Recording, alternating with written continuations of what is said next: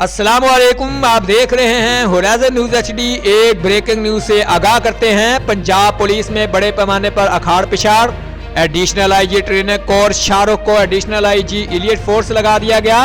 साहबजादा मोहम्मद शहजाद सुल्तान को additional IG trainer का इजाफी charge दिया गया।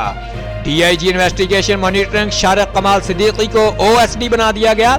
शारिक जमाल को DIG इन्वेस्टिगेशन मॉनिटरिंग तैनात कर दिया गया।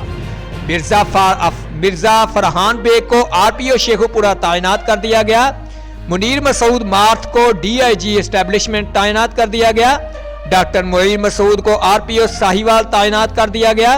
नईम अहमद शेख को DIG लीगल तैनात कर दिया गया। जवेद अकबर रियाज को RPO मुल्तान तैनात कर दिया गया। रिपोर्ट मोहम्मद हमार रजा, इंचार्ज मंदगान, होराइजन न्यूज HD।